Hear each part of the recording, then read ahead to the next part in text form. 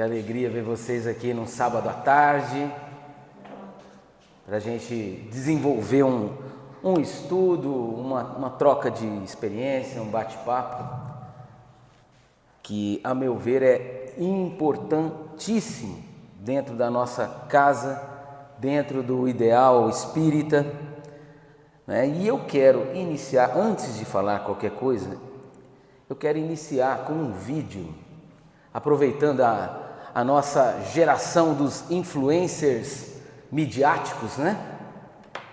Hoje as pessoas gostam muito de seguir influenciadores na internet, não é? E eu quero começar com um vídeo sobre o nosso principal influenciador, tá? Que é esse aqui, ó. Vamos começar, como é que play aqui? Uai, cadê meu influenciador? Só um minuto que deu errado.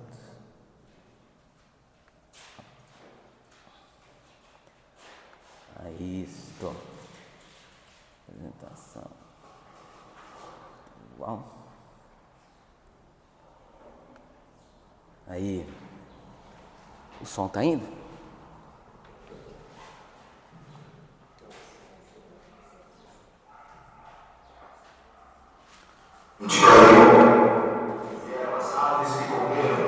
Mas vai. Deixa eu voltar.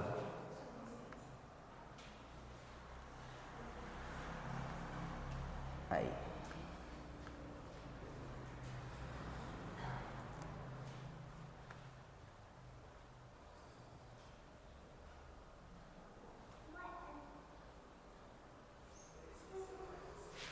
Aumenta um pouquinho. E vieram as aves, e outra parte caiu em pedregais, onde não havia terra bastante. E não nasceu, porque não tinha terra. Mas vindo o sol, queimou-se e secou-se, porque não tinha raiz. E outro caiu entre espinhos, e os espinhos cresceram e sufocaram. E outra caiu em boa terra, e deu fruto. Um grão produziu 100, outro 60, e outro 30. Quem tem ouvidos para ouvir, ouça.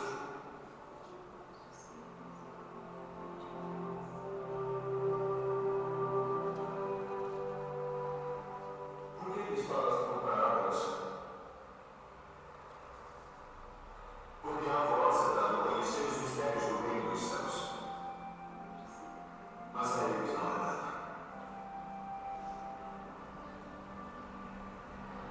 Porque aquele que tem se dará e terá em abundância, mas aquele que não tem, até aquilo que tem, lhe será tirado. Por isso eles falam por parábolas, porque eles vendo não veem, e ouvindo não ouvem nem compreendem. E neles se cumpre a profecia de Isaías, que diz: ouvindo ouvireis, mas não compreendereis. E vendo vereis, mas não percebereis.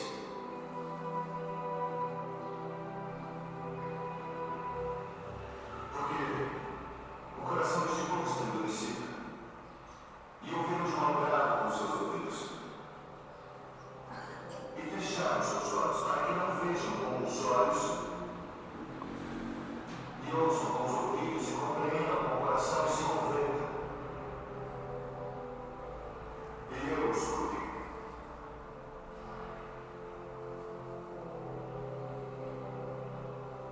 Mas bem-aventurados os nossos olhos, porque veem, e os vossos ouvidos, porque ouvem. Porque em verdade vos digo que muitos profetas e justos desejaram ver o que vós vedes, e não ouviram. E ouviram o que vós ouvis, e não ouviram.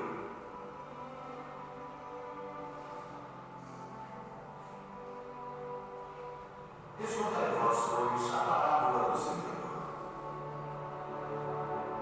Ouvindo alguém a palavra do reino, e não a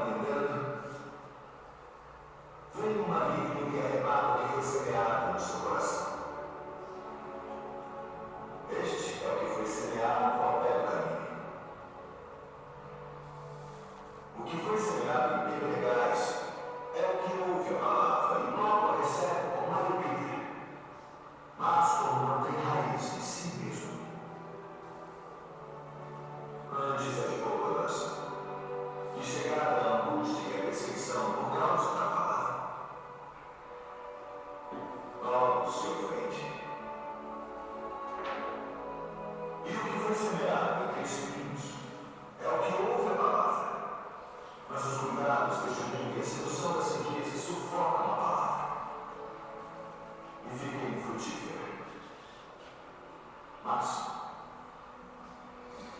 o que foi semeado em boa terra é o que ouve e compreende a palavra e dá fruto. E um produz 100, outro 60 e outro 30.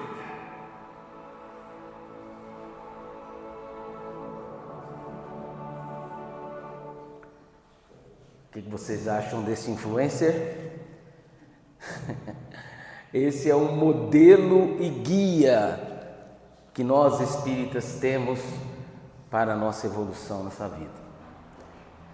E eu quero falar com vocês um pouco sobre a oratória espírita, porque somos semeadores, como Cristo disse. Semear o Espiritismo, semear o Evangelho de Jesus e os ensinamentos de Allan Kardec. Talvez para alguns que não entenderam ainda o objetivo de ter uma tarefa como essa, seja algo que não seja proposital no rumo da nossa evolução. Mas nós vamos ver durante a nossa colocação que você ser um instrumento da espiritualidade para semear o entendimento da imortalidade é um ato muito importante. Muito importante. Então, quando a gente vai tentar desenvolver algumas habilidades para a oratória espírita, a oratória, ela tem técnicas. A oratória é de muitos e muitos e muitos anos. Existem cursos sobre oratória. Nas universidades se fala de oratória. Então existem técnicas extremamente aprimoradas para que a pessoa se torne um orador, um educador.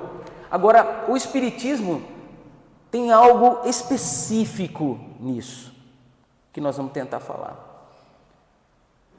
O papel de comunicador espírita, o papel de orador espírita é de educador. E isso é muito importante. Hoje nós vemos que várias pessoas buscam aprimorar as técnicas da oratória, da retórica, de se falar bem, de se falar em público, da expressão facial, da expressão do olhar, como você desenvolver habilidades para você fazer uma apresentação, ou numa aula, ou num congresso, ou num seminário, de encantar as pessoas com as palavras. Isso existem técnicas, a academia ensina técnicas, cursos, onde fala, olha, a expressão corporal da sua visualização, do seu olhar, ela te comunica muito mais do que você imagina, e as pessoas treinam isso. Algumas treinam esse tipo de técnica para vendas, para o marketing, outros para a sua própria profissão, como pessoas que fazem vendas o seu produto como palestras de motivação em empresas, etc. Em treinamentos profissionais, nas escolas, todo professor passa por um treinamento de oratória, de metodologia de ensino. Agora, a casa espírita, ela tem uma especificidade em torno disso. As técnicas todo mundo pode ter. Só que quando você se torna, dentro da sua função religiosa e social, um educador do Espiritismo, a gente tem um objetivo diferente. Por isso que eu iniciei com um vídeo longo de Jesus dizendo a parábola do semeador. Quem é o nosso público? Naquele momento, como educador espírita, quem está ao alcance da nossa palavra? Isso é muito importante. E isso diferencia um pouco o orador espírita dos outros oradores que querem vender, que querem divulgar alguma coisa, que tenha algo em torno do objetivo daquela presença, daquele treinamento. Nós estaremos sempre lidando com almas em diferentes estágios de evolução, em diferentes estágios de entendimento. Por isso, o terreno em que a semente cai, que o Cristo colocou. Precisamos, sobretudo, como diz aqui, comunicar a mensagem de forma impactante, transformadora, porque a mensagem da imortalidade, a mensagem do Evangelho de Jesus, numa ótica de entendimento espírita, num terreno fértil, ela é muito impactante para a vida das pessoas. Muito mais do que imaginamos. Agora, qual que é o olhar do educador espírita? Não é que ele impacte, não é que a figura dele modifique, porque ele é só um instrumento aonde a sua apresentação, as suas palavras vão entrar diretamente no coração daquela pessoa. Que terreno é? É rochoso? É seco? É fértil? Por isso que a gente observa durante a nossa experiência de que se tem uma plateia aqui na casa, no domingo, 200 pessoas. Quando olhamos nos olhos das pessoas, a gente tem feedbacks, quer dizer, um retorno muito diferente de uma pessoa para outra. Porque algumas coisas realmente naquele momento impactam o Alex, mas não impactou o Cleonaldo. Impacta a Renata, mas não impactou a Valdete. Algo fez sentido, ou alguma coisa fez sentido para umas pessoas que naquele momento não fez para outra. É muito interessante aqui, né, Alex? Quando a gente olha, às vezes você está lendo o Evangelho, transmitindo a mensagem, o entendimento espírita, e a gente observa pessoas profundamente tocadas,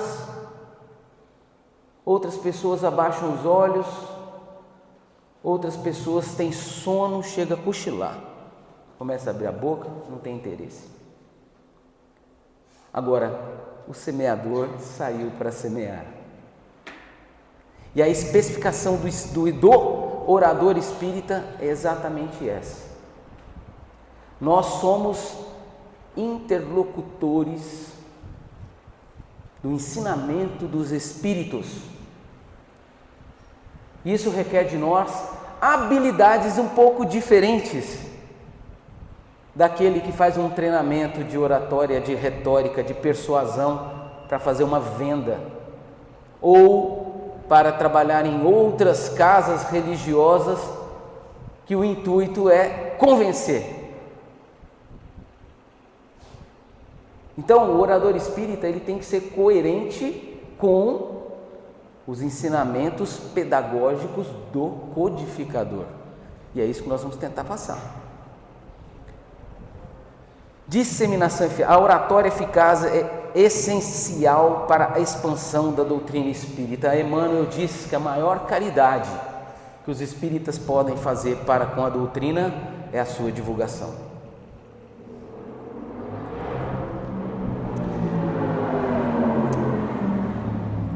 Então vamos tentar desenvolver algumas habilidades. Gente, uma boa comunicação, isso é essencial. Todo mundo nasce pronto. Todos nós, se eu contar para vocês que isso a gente trabalha na odontologia, que é a minha profissão, quando se fala dos medos, e incrivelmente, no top 5 dos medos que as pessoas têm, compatível com o medo da morte, medo de avião, medo do dentista, compatível com esse medo, existe o medo de falar em público. Alessandra, você lembra quando a gente estava fazendo direito? Eu vou ativar sua memória. No primeiro seminário nosso, gente. No primeiro seminário nosso. Vou contar o milagre e não vou contar o santo. O menino foi na frente para apresentar o trabalho. Ele começou a tremer e começou a dar uma crise gigantesca nesse menino, ao ponto de sair lágrima dos olhos. Ele não conseguiu falar. Quantos anos? 15, mais ou menos? Hoje ele é político, sobe em comício. Lembrou quem que é? Não estou mentindo. É algo incrível. Então, o medo de falar em público é algo super natural. Então é o quê? É uma barreira, é um desafio que as pessoas têm que ter. O medo do julgamento, o medo de não conseguir transmitir aquilo que ele deveria. Então as pessoas não nascem prontas. Precisamos transmitir as mensagens com fidelidade e inspiração. Aí é um ponto, gente, muito importante. Como você ser fiel aos ensinamentos dos Espíritos? Precisamos estudar. Precisamos estudar muito. Precisamos estudar sempre. Educação tem que ser continuada. Se nós nos propusermos a sermos divulgadores da doutrina espírita, gente, temos que fazer do estudo um hábito. Vivemos tempos de muita mudança. Existe uma mudança incrível na área da educação. As pessoas hoje estão trocando a leitura daquele livro físico por outros métodos de aprendizado. As pessoas hoje são muito visuais, as pessoas hoje escutam mais. Com certeza, não nos enganemos, dentro da nossa casa espírita, as pessoas estão lendo muito menos. Estão buscando aprender com vídeos, com videoaulas. Eu sou de uma época antiga que toda aula eu anotava num caderno.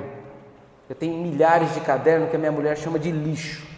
Amor, pode jogar esse lixo fora? Eu falo, não, são as minhas anotações.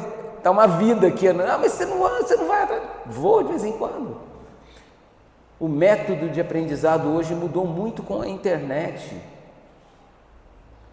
Então as pessoas, elas se transformaram o quê? Em alunos que adquirem hábitos novos para poder adquirir conhecimento. As pessoas estão pegando menos os livros. Agora, quais são as nossas fontes? Nós temos que ir atrás das fontes idôneas, fontes boas, seguras da doutrina espírita. E hoje em vídeos, em videoaulas, em podcasts, às vezes a gente se depara com muitas pessoas falando do espiritismo mas não sendo fiéis à origem pedagógica do ensino dos Espíritos nas obras básicas e naquelas obras clássicas que complementam a doutrina espírita. Nós não podemos perder essa base, Maria, não podemos perder. Sabe por quê? Porque hoje vivemos um momento de muita enxertia, de enxertar coisas. E a doutrina espírita não pode ser enxertada de ideias que não têm essa base segura dos verdadeiros ensinamentos dos Espíritos da codificação. Isso é muito importante.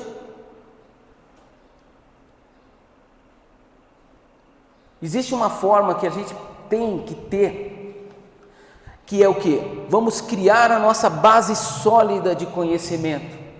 A partir dali, nós temos uma condição de discernir muito mais o que chega ao nosso alcance nos vídeos, nos podcasts, nas postagens das redes sociais. Tudo é válido quando nós temos essa capacidade de discernir o que é o certo, o que é errado, o que tem fidelidade doutrinária ou não. Porque, gente, o Cleonaldo, que é professor, que sabe muito mais do que a gente, porque estudou para valer. Tá vendo? Cleonaldo, a gente fica horrorizado com as coisas que a gente vê ultimamente. Segmentos do espiritismo. Tá certo falar isso? Então quer dizer que quebrou? Outro dia eu me deparei na internet com uma coisa chamada espiritismo progressista. Falei, meu Deus, estão politizando o espiritismo? É verdade isso? É verdade isso? É isso mesmo? As pessoas, para tentarem colocar conceitos novos, estão tentando enxertar na doutrina espírita algo que não é coerente com a base filosófica religiosa que os espíritos deixaram na época de Kardec. E a gente precisa de ver que isso não está certo. Mas como eu vou criticar? Como que eu vou adotar esse conceito se eu não sei nem o básico? Nós precisamos, quando nos propusermos a ser educadores do espiritismo, a gente tem que ter um olhar crítico de que as pessoas podem estar errando a forma de interpretar as coisas. Kardec deixou muito claro que o espiritismo ele é progressivo a partir do momento em que a ciência comprovar com o andar da evolução da humanidade e da tecnologia de que algum preceito tem que ser modificado e adaptado. A ciência. Mas a gente está vendo coisas diferentes. Então gera uma confusão enorme. Essas enxertias a gente tem que ter muito cuidado. Agora, qual que é a vacina para isso? A vacina para isso é o filtro do estudo dedicado das obras de Kardec. Primeiro. E as outras grandes obras clássicas que a gente conhece. Leon Denis, as obras psicografadas por Chico Xavier, por Divaldo Franco. Eles nos dão. E dos outros médiuns? Cuidado. Aí é o que eu falo das redes sociais. Eu tenho a base sólida da doutrina, eu tenho a capacidade de ver que aquilo está saindo do entendimento espírita. Na rede social a gente vê muita confusão, gente, muita confusão. E aí a gente corre riscos. Então por isso que eu falo, o orientador espírita, ele precisa de buscar uma fidelidade doutrinária como a base do seu conhecimento, como se fosse um filtro de um café, tá? Ó, a informação veio, passou pelo filtro é Kardec. Vamos aprender, fixar nos princípios da doutrina, porque tem uma grande diferença, gente, entre princípios e exemplos. Olha só, eu aprendi no direito, Alessandro, o seguinte: tem uma verdade, tem uma outra verdade, e um juiz vê as duas verdades e sentencia o entendimento, o convencimento sobre as duas verdades, certo? A gente pode falar isso na filosofia de Hegel, que é o quê? É a tese e a antitese, né? E aí você faz o quê? A síntese de uma tese, de uma outra tese contrária, e tem a síntese. Gente, aprendemos muito se estudarmos as antíteses das coisas. Por exemplo, eu tenho a fé espírita. Aí de repente eu vejo uma pessoa criticando o espiritismo profundamente. Deixa eu ver o que ele está falando. Eu vejo pessoas abandonando a doutrina espírita e se tornando ateus. Por que ele abandonou o espiritismo? O que ele está falando? Eu vejo um livro falando algo completamente contra a imortalidade, contra a reencarnação. Deixa eu ver o argumento dele. Isso é importante para o crescimento. E isso fortalece a nossa convicção. A doutrina espírita é muito democrática, porque ela nos permite questionamentos, porque ela nos dá a condição da busca das respostas. Toda pergunta gera evolução. Gente, todas as pesquisas científicas se baseiam numa pergunta. E o trabalho científico, num laboratório, numa pesquisa, ele visa o quê? Responder aquela pergunta. E às vezes a resposta, ela está na que a gente chama de hipótese nula, que é o quê? Com base nisso eu já acredito que não vai dar certo, não funciona, está errado. Tenta responder a pergunta, no final você chega à conclusão, não, realmente, está errado. Ou não, achei a resposta correta dentro do meu método. Então nós somos privilegiadíssimos, porque temos liberdade de buscar entender aquilo que naquele momento a gente não entende.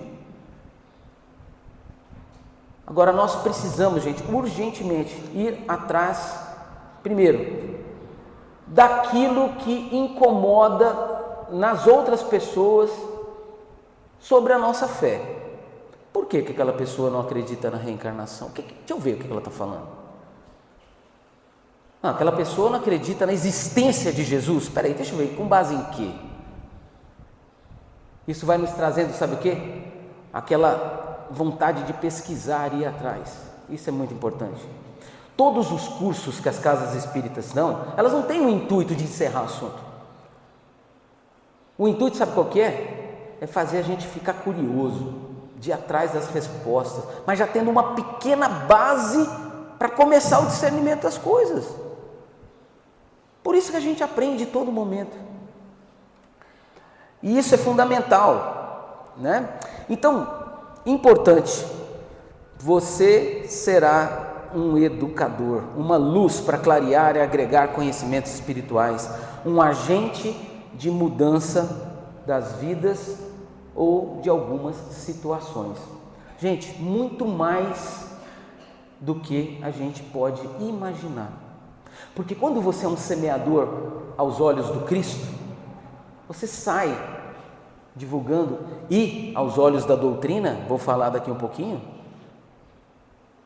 qual que é o nosso intuito? É a caridade desinteressada. Então, eu não tenho interesse em ser lembrado pelo que eu ensinei, porque o que eu ensinei não pertence a mim, pertence aos espíritos.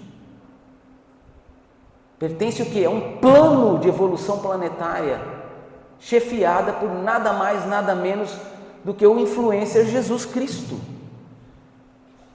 Somos interlocutores, alguns facilitadores para as pessoas, e semeamos. Qual que é o terreno? Aí depende de cada um que está escutando, das necessidades daquela pessoa, do que ela está buscando, qual é a dúvida dela que a casa espírita pode trazer. Será que as palavras do Evangelho desse domingo foi capaz de tirar aquela angústia, daquela dúvida, aquela mágoa daquela pessoa, aquela tristeza, fez ela refletir sobre a vida, do porquê da dor dela, das dificuldades, ou o contrário, porquê de tanta facilidade, o porquê dela no mundo?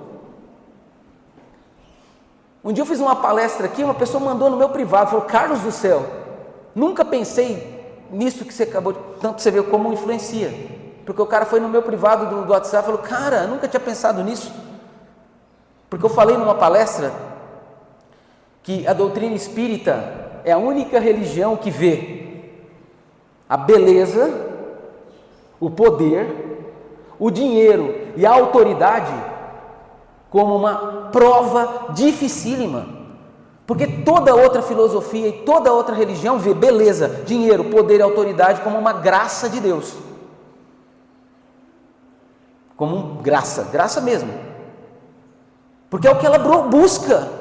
Às vezes ela busca na igreja isso, ela busca a fama, ela busca o dinheiro, ela busca o poder, e aí o Espiritismo fala: cuidado, porque o poder e a autoridade é uma prova mais difícil do que a miséria.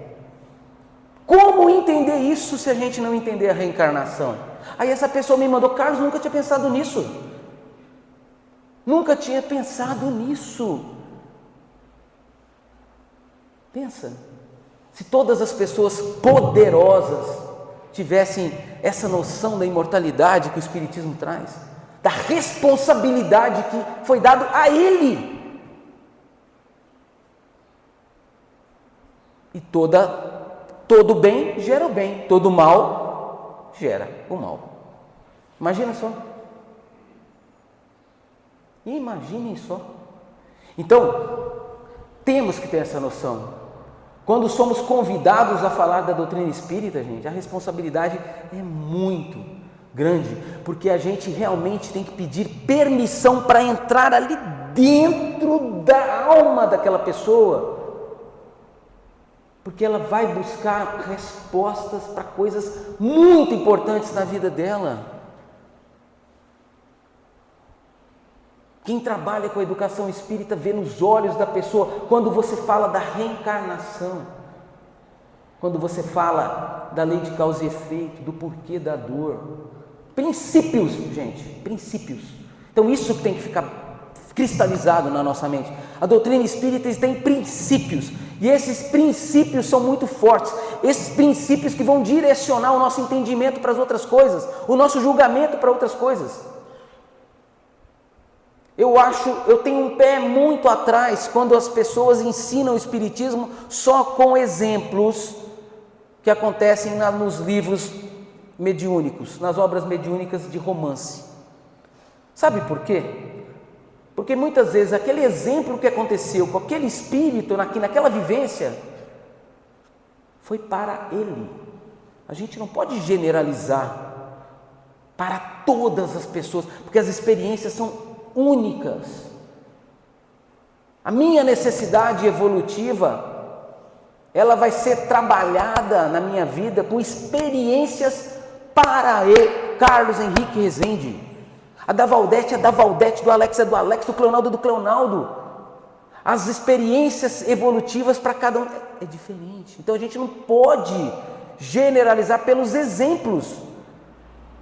Mas isso não é erro dos espíritos que estão tentando mostrar, por exemplo, a explicação do porquê da dor, do sofrimento, da alegria, da tristeza, por meio da reencarnação, naquele exemplo específico. O problema não é esse. O problema é o nosso entendimento de pegar e falar assim: olha, isso aqui é para todo mundo.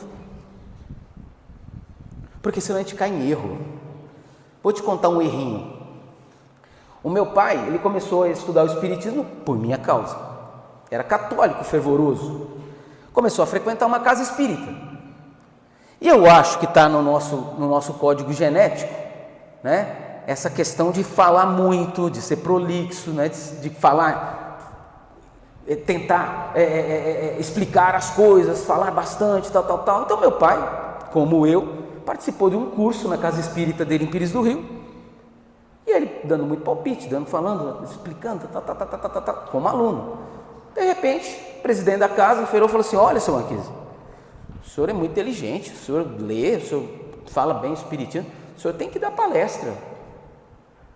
Aí meu pai falou assim: não me sinto preparado para dar palestra.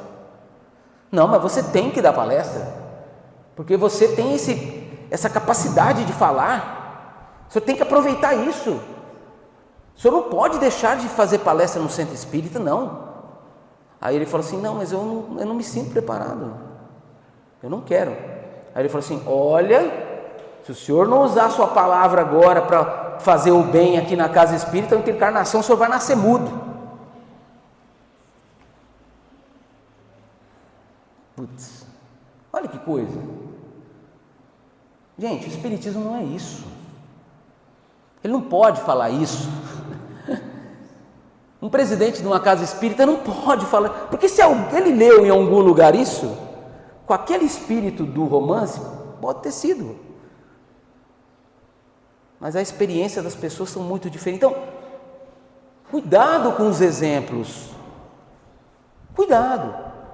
A gente precisa de contextualizar muito bem as coisas, para aquele exemplo ser um exemplo que realmente gere um efeito positivo e que seja verdade. E como que a gente vai saber isso? Base doutrinária firme e dentro de nós. Olha o que especifica que a doutrina espírita, gente, como educador espírita, é uma tarefa voluntária, não remunerada. Mas qual que é a importância disso? Muito, gente. Muito. Olha só. O princípio da nossa caridade é desinteresse.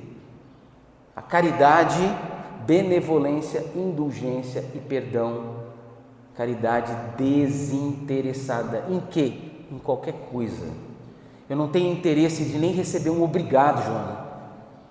Eu não tenho interesse de, depois, no final dessa palestra, receber um elogio. Eu não tenho interesse de ganhar dinheiro com isso nas minhas redes sociais, com o espiritismo, a divulgação da minha palestra. Nossa atuação na casa espírita, ela é com base no Cristo. Dai de graça o que de graça vos foi dado. Carlos, mas isso é importante? Eu vou explicar por quê. Porque se é uma atividade voluntária e desinteressada, todos nós temos a nossa vida material, todos nós temos o nosso trabalho, nossa profissão, todos nós temos a nossa família, todos nós temos as nossas tarefas do dia a dia. Então, uma tarefa voluntária importante como essa, nós vamos ter que tirar tempo, nós vamos ter que dedicar, nós vamos ter que estar constantemente em entendimento, estudando, refletindo, tirando do nosso tempo para essa tarefa voluntária, desinteressada. Isso é muito importante. Porque hoje a gente vê, principalmente nas redes sociais, pessoas que aproveitam essa visibilidade na educação espírita, mas o objetivo não é a caridade desinteressada. O objetivo acaba sendo profissional. Então, precisamos criar essa consciência. Fazer o bem por fazer o bem. E o interesse qualquer, fazer o bem. Agora, para vocês, uma coisa interessante. A formação nossa como um orador espírita, imaginem esse quebra-cabeça. Não é só uma coisa. Precisamos de algumas coisas. E isso são o quê? Habilidades que a gente vai treinando. A vida vai nos experimentando vai nos provando e a gente começa a adquirir algumas características que são importantes. É importante para um orador espírita a honestidade. O que vocês acham? Precisamos ser honestos. De que jeito? Honestos consigo mesmo. Falar o que realmente acredita, o que realmente entendeu. Ser honesto com as nossas convicções. O objetivo é esse, de verdade. Eu estou sendo honesto com a nossa atividade social. Isso é fundamental. Conhecimento. Pelo amor de Deus, nós precisamos buscar fontes idôneas para a transmissão daquilo que a gente aprende. Buscar conhecimento. Gente, nós aprendemos com todas as pessoas que falam alguma coisa, nem que seja as coisas estão erradas, você está aprendendo que aquilo está errado. Mas a gente precisa de ter uma base sólida para falar, não, aquela pessoa está equivocada. Buscar o conhecimento é fundamental. Didática, lógico. É óbvio. E isso são treinos. Cada público é de um jeito. Não adianta eu usar uma linguagem extremamente erudita para um público que não vai entender absolutamente nada. Eu já vi palestras brilhantes. Eu, por exemplo, adoro palestras onde o orador ele faz um link de mitologia, dos filósofos do passado. Aí ele entra, gente, filosofa sobre a psicologia, traz um monte de psicólogos. Eu adoro isso. Mas existem pessoas que não têm o resultado. Isso é muito importante. Saber que público que nós estamos trabalhando. Quem é o público que está me escutando? Ele é heterogêneo? Ele é homogêneo? É para um grupo de jovens? É para um grupo de pré-adolescentes? É para infantil? São para pessoas que têm uma característica sociocultural elevada? Eu não posso usar uma linguagem muito, mas muito coloquial num ambiente extremamente refinado. E também não posso usar uma linguagem super refinada num ambiente onde as pessoas são muito simples. Então, cabe ao orador, que eu vou falar para vocês que a gente tem um pouco desse teatro, ter esse feeling do ambiente. Eu dou aula de endodontia, que é a minha profissão. Quando eu vejo que os alunos é um aluno de graduação, é de um jeito, de pós-graduação de outro. Se eu estou dando uma aula, eu vejo que é um congresso, tem os professores da USP na primeira fila, opa, a minha preparação é totalmente diferente, a minha abordagem, o meu planejamento. Isso é importante. Criatividade, isso é muito legal nos dias de hoje, né? Temos que saber usar a nossa criatividade, tanto nas apresentações, como até na própria forma de abordar determinados temas, né? Isso sempre surpreende de uma forma positiva. Humildade, isso é característica. Nós precisamos sim ser... Olha o que o Cleonaldo acabou de exemplificar. Ele falou, sou um aluno. E vocês sabem que o Cleonaldo é trabalhador espírita de décadas. Ele acabou de exemplificar o que um orador espírita precisa. Postura de aluno, sabe por quê? Que a partir do momento que nos sentirmos completos, Maria, eu sei tudo que eu falar está certo, ninguém sabe como eu, a minha prepotência, a minha arrogância vai me derrubar. Os espíritos não usam você como um instrumento. Não cabe ao orador espírita a arrogância, a prepotência e achar que é completo, porque se ele se achar completo, ele não entendeu a doutrina espírita, não entendeu, que só estamos aqui, como o Cleonaldo acabou de exemplificar, brilhantemente, como alunos, e é essa postura. amizade, isso é importante numa relação?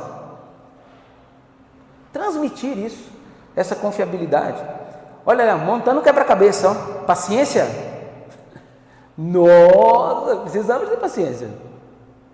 Porque tudo é um processo. Carisma é uma ferramenta importante para as pessoas poderem ouvir o que você tem a transmitir. Autoestima, cuidado. É o caso que eu falei. Às vezes a pessoa tem uma autoestima tão elevada que passa por cima da humildade. Quer falar, Cleonaldo? Sim.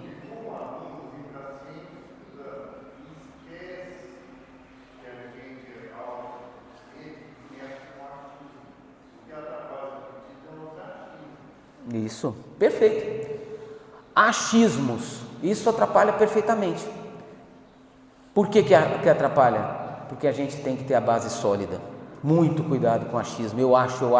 Se for para falar eu acho, gente, se for muito importante, sai um pouco de si e fala, olha, gente, minha opinião pessoal, não levem como, né? Ou senão não fale, porque gera confusão, né? E nós, como orientadores, a gente tem que ter um facilitador para as coisas. Agora, se você, dentro de um achismo, aquela pessoa acha que começa a ver como uma verdade, aí complica, né? Transmitimos mal. Outra, onde eu falei? Disponibilidade. Gente, nós somos voluntários, temos a nossa vida, não somos remunerados para isso.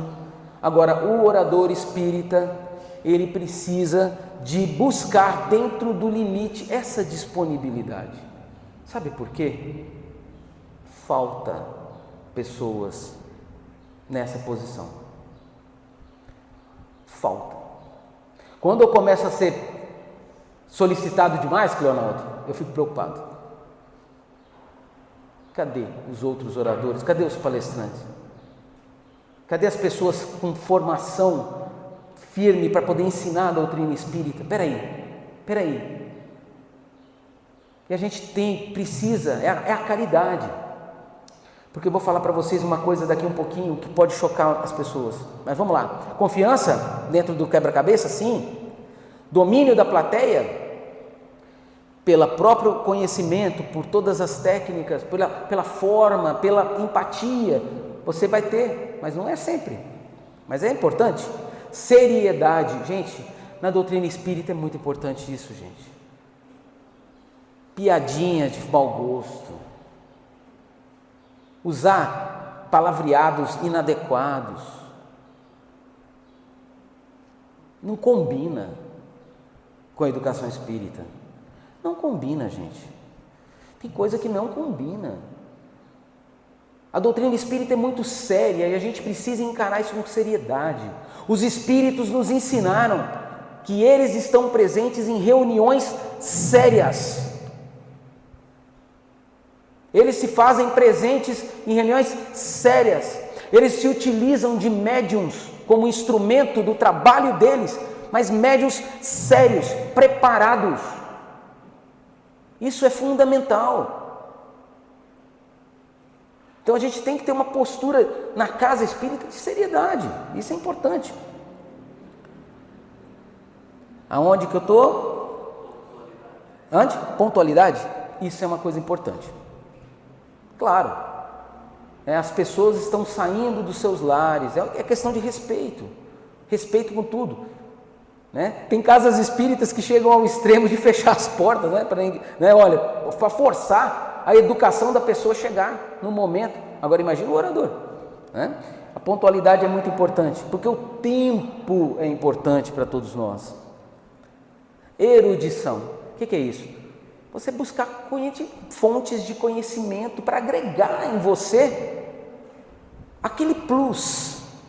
Então é importante. Você vai fazer uma palestra, um link com algo importantíssimo de um filósofo que você estudou, de uma tese interessantíssima que faz um link perfeito. Você precisa de quanto mais a gente conhecer, quanto mais a gente ler, quanto mais estudar, melhor fica para transmitir, né? agora o bicho pega. Coerência social. Gente, eu falo para vocês, eu tenho 30 anos que eu comecei dentro das casas espíritas a tentar ensinar aquilo que eu aprendo. E eu falo sem dúvida nenhuma, gente, hoje, se você escolher ser um palestrante ou um orador espírita, coloque que isso é uma grande prova.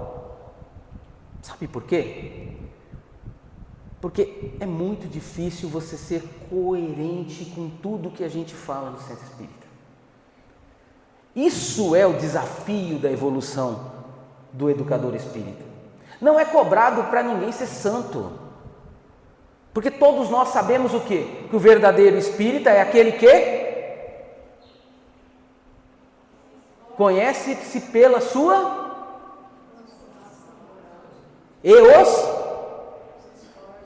conhece-se o verdadeiro espírita por sua transformação moral e os esforços em domar o quê? As suas más inclinações. Então o pressuposto é que nós não somos santos mesmo.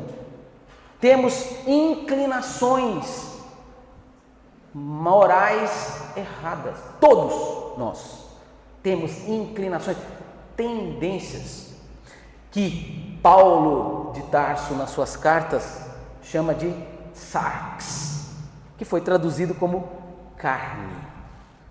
Já viu aquele papo? Isso é coisa da carne. Foi arrastado pela carne. É uma tradução esquisita, mas na verdade o correto que Paulo quis dizer, sarx. Você sabe o que é sarx? São os nossos arrastamentos ao mal, aquilo que nos afasta da órbita divina, que eles chamam de pecado. Então o objetivo é o quê? É orbitar em torno do Criador. Quando você desvia da órbita, você cometeu um pecado, um erro. Agora, o que te faz errar, sarx? Carne.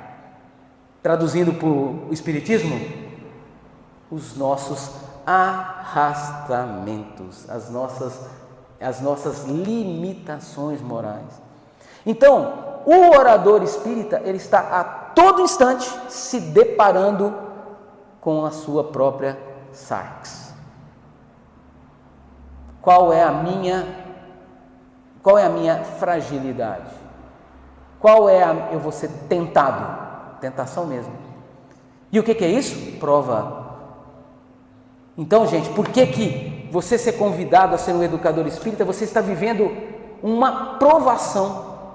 Porque é ali que a gente, passando pelas provações, a gente vai evoluir, vai aprender. Porque você ser coerente com aquilo que você ensina, gente, é por si só um dos maiores desafios do homem. É você ser coerente com aquilo. E muitas pessoas desistem no meio do caminho,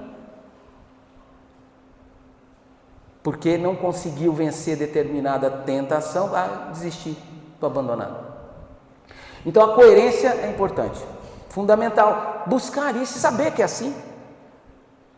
Saber que nós temos uma responsabilidade aqui com aquilo que a gente transmite, e é cobrado da gente disso, mas você precisa de ter pelo menos o esforço em domar as más inclinações, e se esforçar, esse é o objetivo, né? Isso. Não vou falar de histórico. Agora, o orador não nasce feito, então vamos desenvolver algumas habilidades, né? Primeiro, memória. A gente precisa ter memória boa, gente.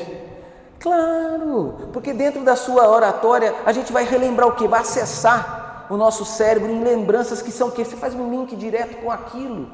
As pessoas adoram ver o quê? Que você coloca coisa prática da vida prática, né? Ou um exemplo do que aconteceu de uma forma brilhante dentro daquele contexto. Sabe por quê? Porque todos nós vivemos experiências diferentes, mas estamos no mesmo barco de evolução. Então faz muito sentido para as pessoas.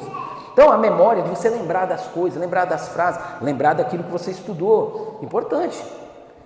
Capacidade de dizer o que sabe e o que acredita, isso é uma coisa importante.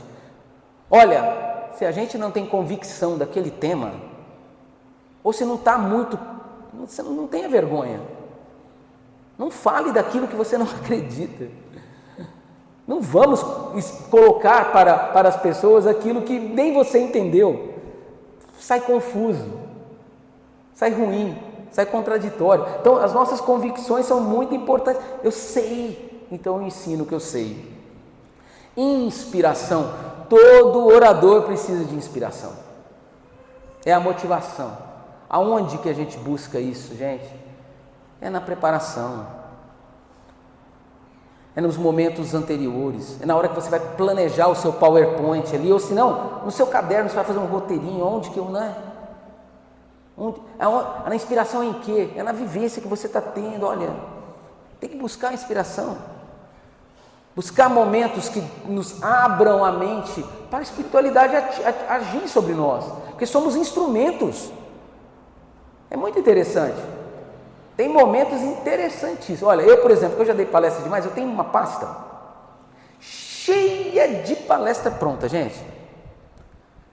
Aí acontece igual a Maria falou agora semana passada. Carlos, pelo amor de Deus, dá a palestra domingo, pra gente, de uma vez. Putz, então você é pego de surpresa, eu já vou lá na minha pasta, eu vou ter o tema com certeza. Pum. Beleza, já está pronto o tema, né? Aí, momentos antes, eu vou dar uma preparada, Gente, aconteceu demais. Bota aqui o primeiro slide, não sai do primeiro slide. Eu falo uma hora inteira, quem faz curso comigo já viu. Às vezes não sai de um slide, eu fui inspirado para falar aquilo. Porque nós nos colocamos nessa posição de quê? De intermediários. O que está planejado para essa tarde tocar o coração de vocês? Se eu estiver preparado, eu vou ser inspirado para falar. E vou sair dessa rota que eu preparei. É muito interessante. Inspiração. O que mais que a gente tem que desenvolver? Criatividade. Entusiasmo. É engraçado. Precisamos de motivação. Né? A pessoa tem preguiça, não consegue fazer nada. Né? Os desculpismo toma conta, né? E a gente acaba negando as coisas por preguiça, né? Então precisamos estar o quê? Sempre com esse combustível, né? O entusiasmo faz com que a gente fale melhor, prepare melhor. Isso é busca constante. Aqui, ó, determinação para aperfeiçoar as nossas limitações. Isso é autoconhecimento. Isso é muito importante. O que eu posso melhorar? Aonde eu vou buscar melhorar isso? Olha, meu desafio é esse. Aonde que eu vou ter uma forma de melhorar? Eu tenho que querer, a gente precisa querer as coisas. Espírito observador ou de observação, isso é fundamental. Gente, é muito diferente uma pessoa que vai assistir uma palestra com o intuito de ver o que o cara vai falar e criticar. É muito diferente daquela pessoa que fala assim, gente, talvez saia uma palavra que me faça bem. Olha, eu confesso para vocês, eu adoro assistir palestras dos outros. Muitas vezes a palestra que o cara fala aqui na frente, ou no YouTube, eu falei 1000 vezes já para as pessoas. Só que a hora que você está naquela posição de escutando, parece que a coisa entra dentro de você, você fala, puxa, é para mim, né? Então, o que eu falo, essa questão do observador é o seguinte, eu posso conseguir aprender alguma coisa sempre. Tem um livro que eu estou lendo que eu gosto demais, 12 regras para a vida, é uma das coisas que ele fala. Sempre que encare a pessoa ao seu lado, sabendo que você pode aprender alguma coisa com ela, independente do que ela seja, da posição social, da idade. Aprenda com a pessoa que está do seu lado. O quê? Qualquer coisa você vai aprender. Isso é o quê? Olha, eu sou observador. Olha, eu entrei num site, num perfil do Instagram.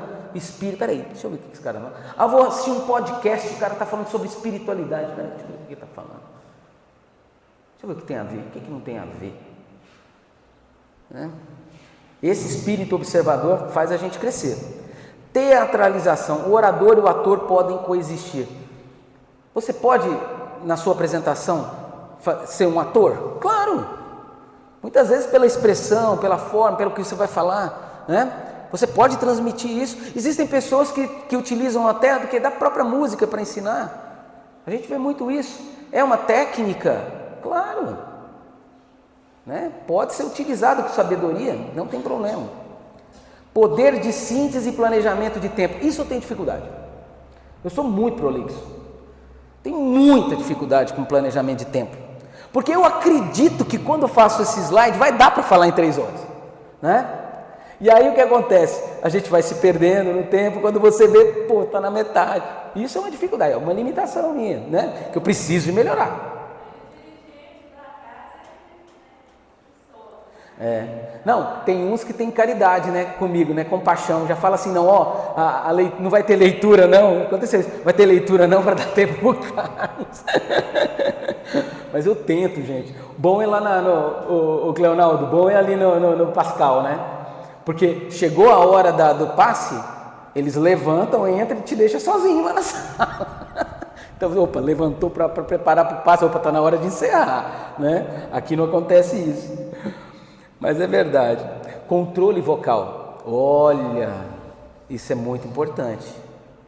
Né? A gente ter esse controle, né? Saber usar a respiração, a forma de conversar, a altura, o tom. Né? E a gente tem que ter um controle legal sobre isso. Adequar o vocabulário. Gente, é muito interessante. Deixa eu te contar uma historinha.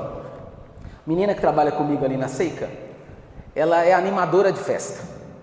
Tá? Aí foi contratada para fazer uma dinâmica de animar uma festa numa igreja evangélica aqui. E ela veio me contar no dia seguinte, totalmente frustrada, falou, nossa, nunca mais vou mexer com isso, ai, que vergonha que eu passei, que não sei o que. Eu falei, mas o que foi? Ela, nossa, eu fui criticada demais. Mas o que aconteceu? Ela falou assim, uai, eu fui fazer uma dinâmica lá na igreja e o pessoal não entrou na dinâmica, não interessou. Aí no final, a mulher ela já veio falar para mim que eu estava com a roupa inadequada, que não sei o que, papapá, que a linguagem, as pessoas não gostaram e tal. Eu falei para ela, menina, a sua dinâmica é dentro de uma igreja evangélica, então você tem que se adequar ao vocabulário, se adequa, isso é importante. Por quê? Porque eles fecham o ouvido para aquilo que eles acham que não é da forma com que eles entendem. Isso é muito interessante. Um dia, o Walter cansado, virou para mim e falou assim, um tempo atrás, Cleonaldo, Carlos Henrique, faz um culto ecumênico para mim, eu não vou poder ir e tal, vai ser lá no Sezuc, não sei o quê. Aí eu virei para ele e falei assim, Walter, eu não gosto de fazer culto ecumênico. Ele falou, como assim? Eu não gosto, não me sinto à vontade. Sabe por quê? Porque eu vejo ali daquele público enorme ali, é um formando que é espírita, e eu me sinto que eu tenho dificuldade de falar nesses lugares, falar do espiritismo, eu não gosto. Aí ele olhou para mim e falou, ô meu filho, aquele jeito dele, lembra Maria? Ô meu filho, você é espírita meu filho, a linguagem dos espíritos é universal, muda a linguagem, não fala de reencarnação, de mundo espiritual, fala da vida eterna, não fala de espíritos venerandos, espíritos superiores, fala Espírito Santo, olha só, fala Espírito Santo, e manda a mensagem do Cristo, Carlos, ora tem preguiça, falou assim, tem dó. Eu olhei para ele e disse, que isso, Walter? Tem dor, você vai fazer assim.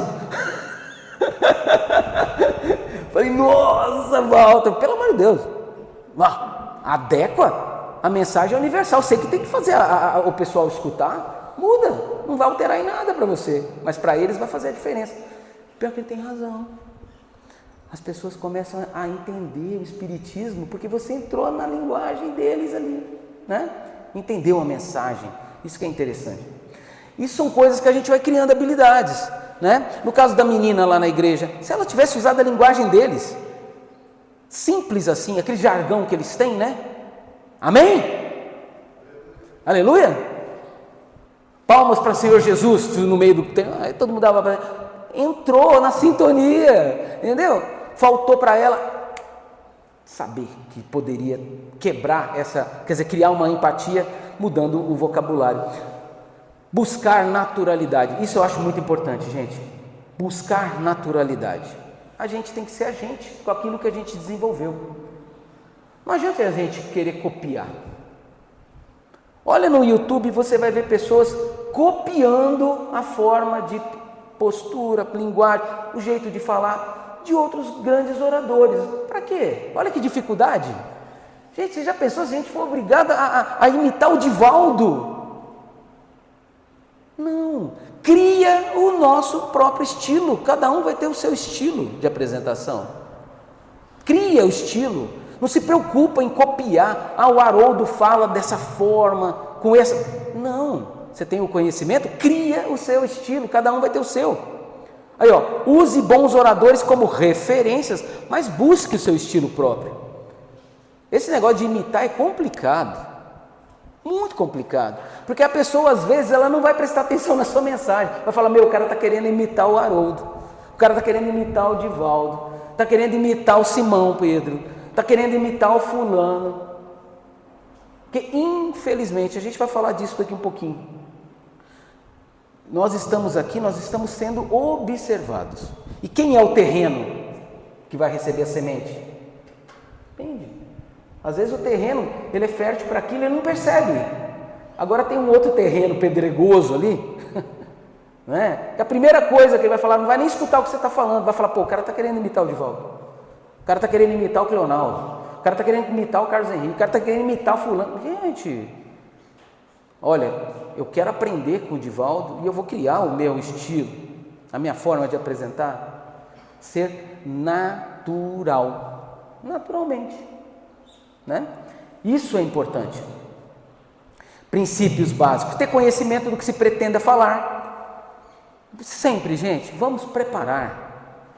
Planejamento é fundamental. Clareza, objetividade. Quer dizer, muitas vezes a mensagem objetiva, ela tem um alcance igual a flecha. Muitas vezes você enrola para dar aquela mensagem, né? Eu falo, gente do céu, a objetividade hoje é muito importante. Evitar o quê? Jargões. Tem uns jargões que não pega, sabe por quê? Porque é muito específico de determinada profissão, de determinada coisa. Então, às vezes, se eu estivesse numa faculdade de odontologia dando uma aula, às vezes uma brincadeirinha com dente e boca pega. Aqui não pega, não tem nada a ver, a pessoa não tem nada a ver com isso. Às vezes a pessoa tem um jargão que usa muito na engenharia, mas vem para cá, as pessoas, né? Fica ruim, sai de contexto às vezes, então tem que tomar cuidado. Coerência e coesão, isso nós vamos falar um pouquinho mais. Construa um raciocínio lógico e coeso nas apresentações, uma linguagem apropriada. Vou tentar falar um pouquinho disso, ó. Clareza e objetividade. Olha lá. Clareza é a capacidade de expressar ideias de maneira compreensível, enquanto objetividade é a habilidade de focar nos pontos principais, sem divagação. Quanto tempo eu tenho para falar, né? Então tem que ser aproveitado dessa forma, né? Expressar ideias de uma maneira que as pessoas compreendam, né? Isso é importante. Uma comunicação clara e objetiva facilita a compreensão do público e evita mal entendidos. Uma dica prática, ó. Usa frase curta, direta, evitar jargões, termos técnicos desnecessários e organize suas ideias de forma lógica. Uma das coisas que a doutrina espírita fala, gente, ter bom senso, conhecimento e ser compreensível. Então, uma das características da nossa fé espírita é exatamente aquilo que é compreensível. Você não vai aceitar porque é um dogma, você não vai aceitar porque é imposto, Você vai aceitar porque você entendeu. Na linguagem nossa que eu uso no curso, né, meninas? Fez sentido para mim. Fez sentido.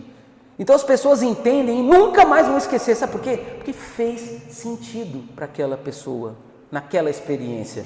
Então eu acho isso muito importante quando a gente vai lidar com as pessoas, né? E aqui, mantenha uma linha de raciocínio clara e evite contradições. Como que a gente vai evitar ser contraditório? Planejando, idealizando e vendo as possibilidades. Eu gosto muito dessa questão de verdade, gente, da tese e antitese. É ver assim, aonde que vem o que isso aqui pode gerar uma dúvida contrária? Porque às vezes aquilo é a razão da pessoa estar ali. Sabe? A pessoa tem uma dúvida em relação ao porquê, o comportamento da família em relação a ela, no porquê das perdas que ela teve na vida, perdas materiais, perdas de pessoas queridas, perda do emprego, ela tem interesse naquilo. Ela tem interesse de, por exemplo, tem casos de doenças gravíssimas na casa. Ela tem problema de violência contra ela. Então, às vezes, poxa, naquilo que você está falando, o que pode gerar uma dúvida comum para todas as pessoas? Vamos atrás da resposta. Porque às vezes você é pego de surpresa. Sabe?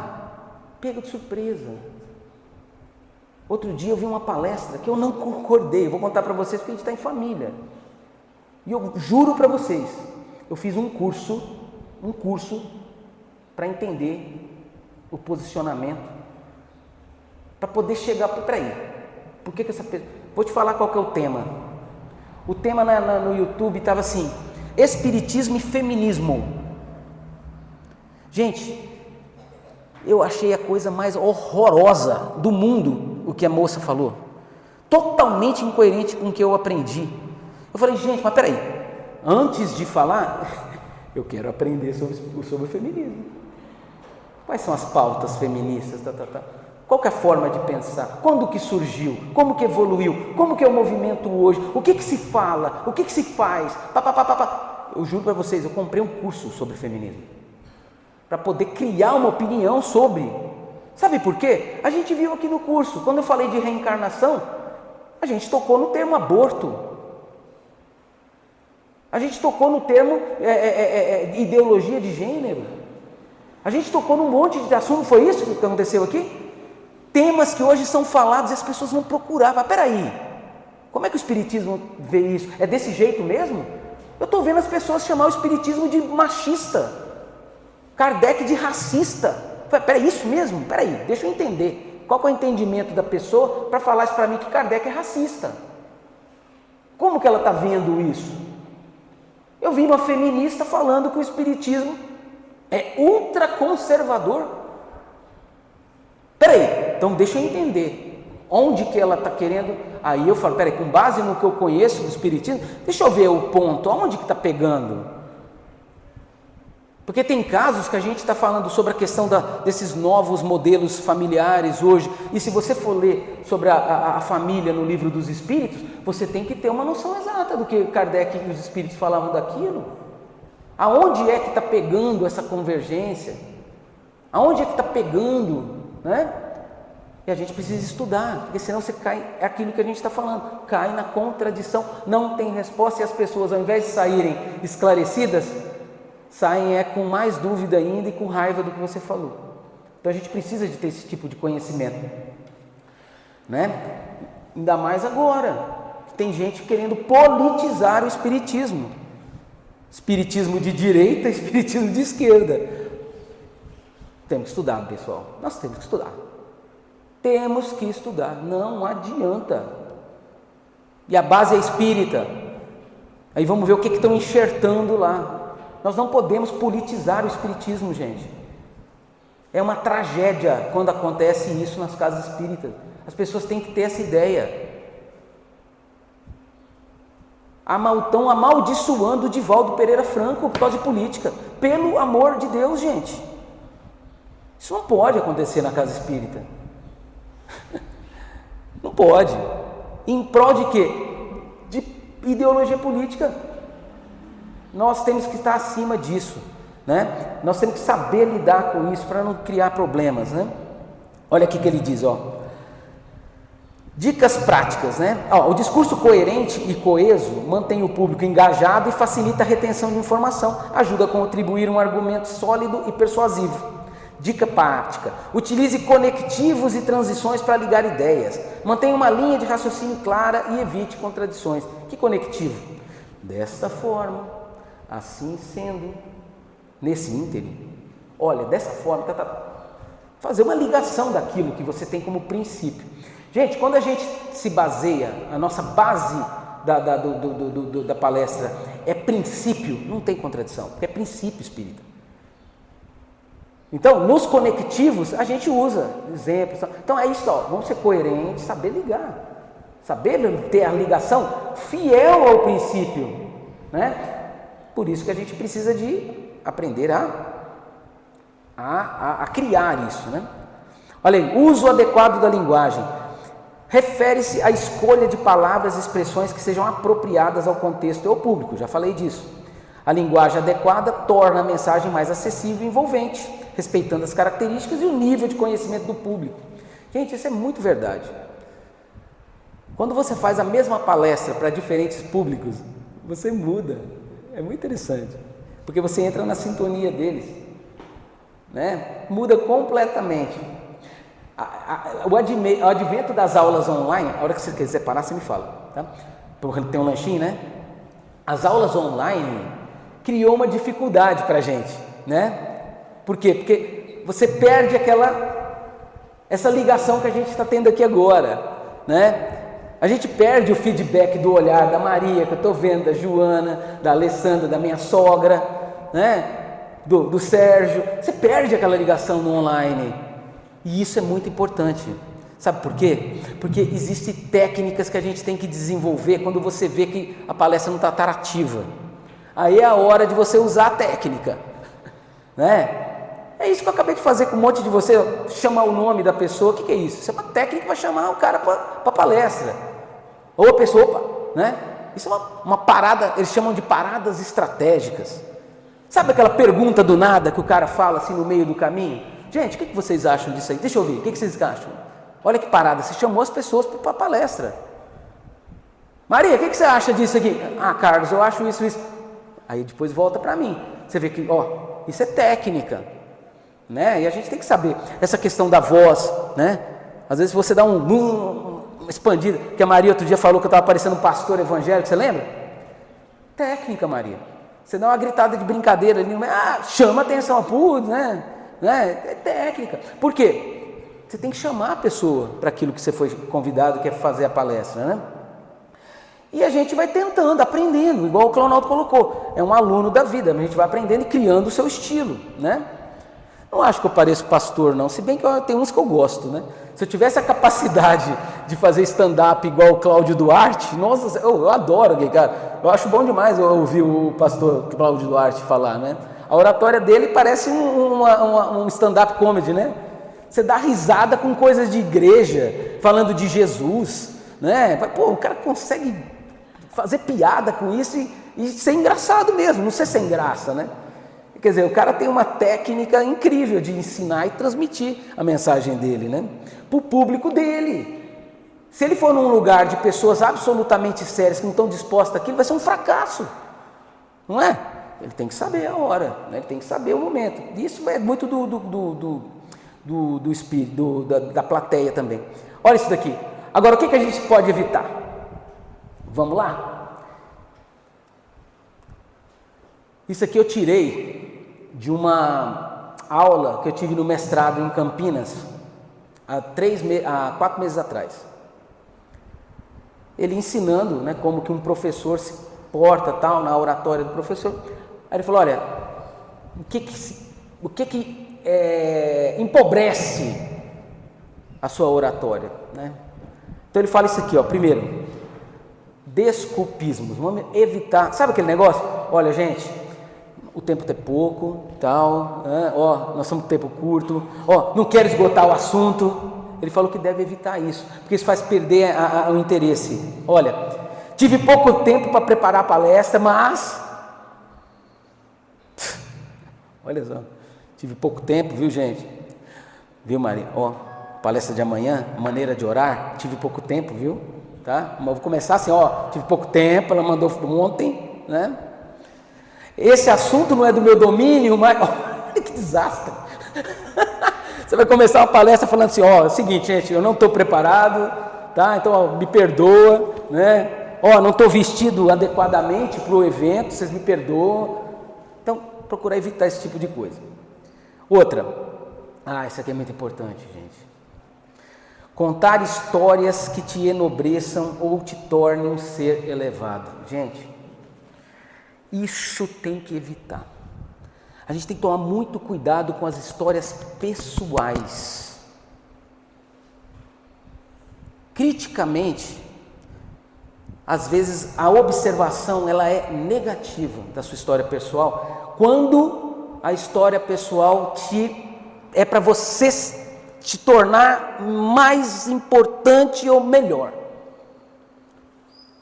Nas minhas palestras eu gosto de fazer o contrário. As histórias pessoais eu conto a coisa que fez eu aprender, porque isso torna uma coisa legal. Agora, cuidado, a pessoa, a hora que pega o evangelho de Jesus e começa a dar exemplo do que ela fez certo, isso é muito criticado pelas pessoas. Então, essa dica da professora eu gostei, porque é verdade. Quando você vai se enobrecer demais, prejudica o link de empatia com o público. Roupas inadequadas ao ambiente. Nós homens, claro, né, tem ambiente que você não pode fazer com um chinelo, uma bermuda, né? As mulheres com roupas muito decotadas, que apareçam marcas no corpo, né? Por quê, gente? É porque é pecado? Não, é porque a pessoa, ela te observa e ao invés de prestar atenção na palavra, naquilo que você está transmitindo, ela automaticamente está criticando sua roupa. Gente, o exemplo que a professora deu nesse item, vocês não acreditam. Uma mulher estava numa igreja, uma assembleia, não sei quanto, ela estava vestida de melancia. Sabe, uma roupa de melancia mesmo, vermelha, com um negocinho verde assim, melancia. Aí ela colocou, gente, alguém vai prestar atenção no que ela vai falar? Ela está todo mundo criticando, né? Na internet eu já vi, vocês já viram essas, deve ter aparecido para vocês. Às vezes a pessoa está, uma pastora pregando com uma roupa muito apertada, aí vem a brincadeira, né? Poxa, o culto foi maravilhoso, aquelas brincadeiras machistas, né? O culto foi maravilhoso, porque a pessoa está prestando atenção no corpo da mulher, não está prestando atenção no que ela está falando. Em relação ao homem acontece também, às vezes o cara está com poxa, o ambiente não é para você vir, uma aparência inadequada, porque às vezes você perde o link com a plateia, né? Então isso é evitar, né? Evitar o quê? Virar as costas para a plateia.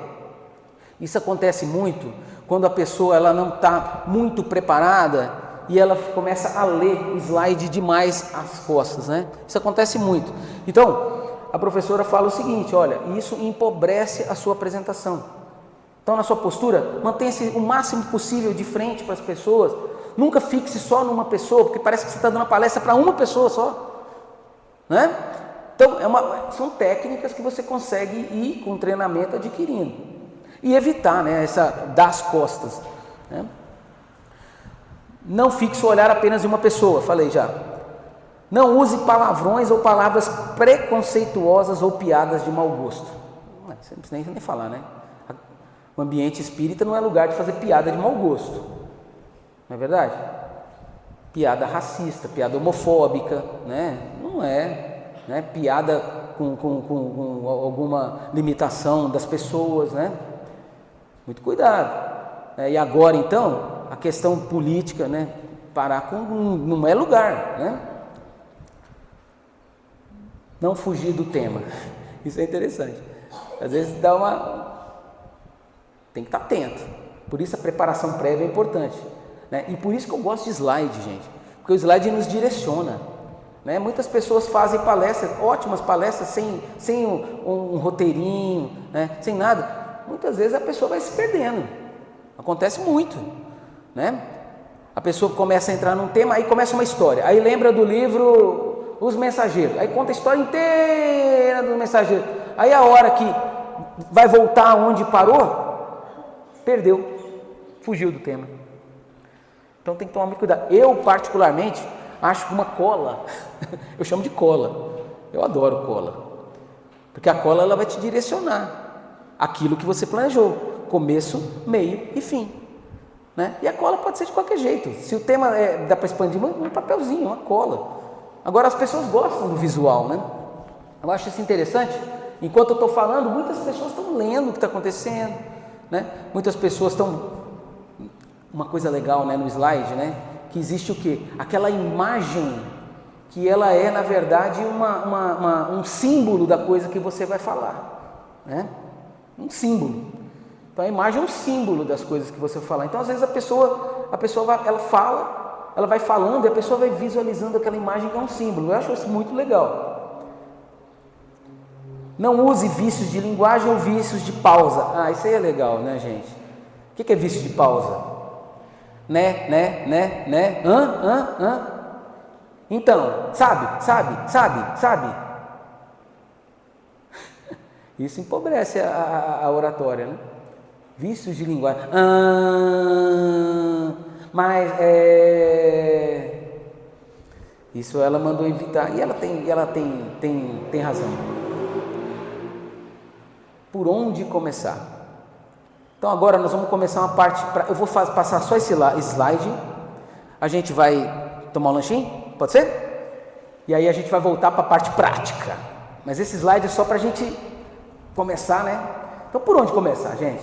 Primeira coisa, olha essa engrenagem, estudo, planejamento e compromisso. Por que eles estão interligados, na minha opinião?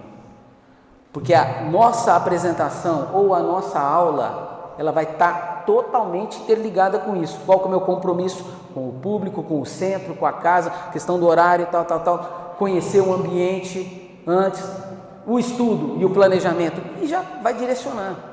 E nós espíritas, não nos enganemos, gente, a nossa preparação é um momento muito, mas muito especial para nossas vidas. Porque vocês sabem que para você fazer uma palestra, uma reunião pública aqui no Centro Espírita Amor e Fraternidade de meia hora, falar meia hora direto, olha, a nossa preparação é muito grande, não é, Maria? Ou você vai em vários livros, você assiste vários vídeos, aí você vai preparar a sua palestra, eu quero fazer no PowerPoint, eu quero fazer em tal lugar. Gente, aquela preparação, a gente está rodeada, sabe do quê? Dos espíritos da casa, falando, ó, o pessoal está precisando disso aqui, Carlos, direciona aqui, ó, pega esse texto do Emmanuel, tira disso aqui. Aí eu pego e falo, não, você não vai falar disso não, paga isso aqui, bota outra coisa, vamos atrás disso aqui, vamos atrás desse conhecimento. Gente, você entra em sintonia. Eu falo para vocês, o momento mais maravilhoso que eu acho, Alex, é a hora que eu estou preparando. Eu me realizo na preparação. Sérgio, você não é assim? Porque você vai preparar uma palestra lá no Centro Espírita Joana d'Arc, meia hora direto, e lá não tem a projeção, então ali você tem que estar no gogó.